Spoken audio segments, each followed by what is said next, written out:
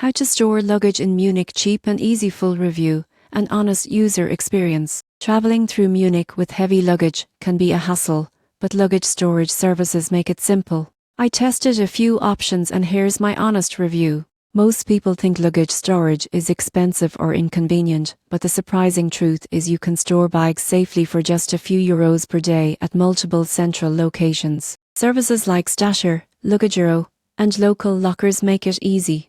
Booking was simple. I searched for nearby locations, reserved a spot online, and dropped my bags at a trusted store. Prices were clear upfront, and most locations offer insurance for peace of mind. You can store luggage for a few hours or multiple days depending on your needs. The convenience factor is huge. I could explore the city freely, visit museums, and use public transport without lugging my bags. Pickup was smooth, and staff were professional. The downside?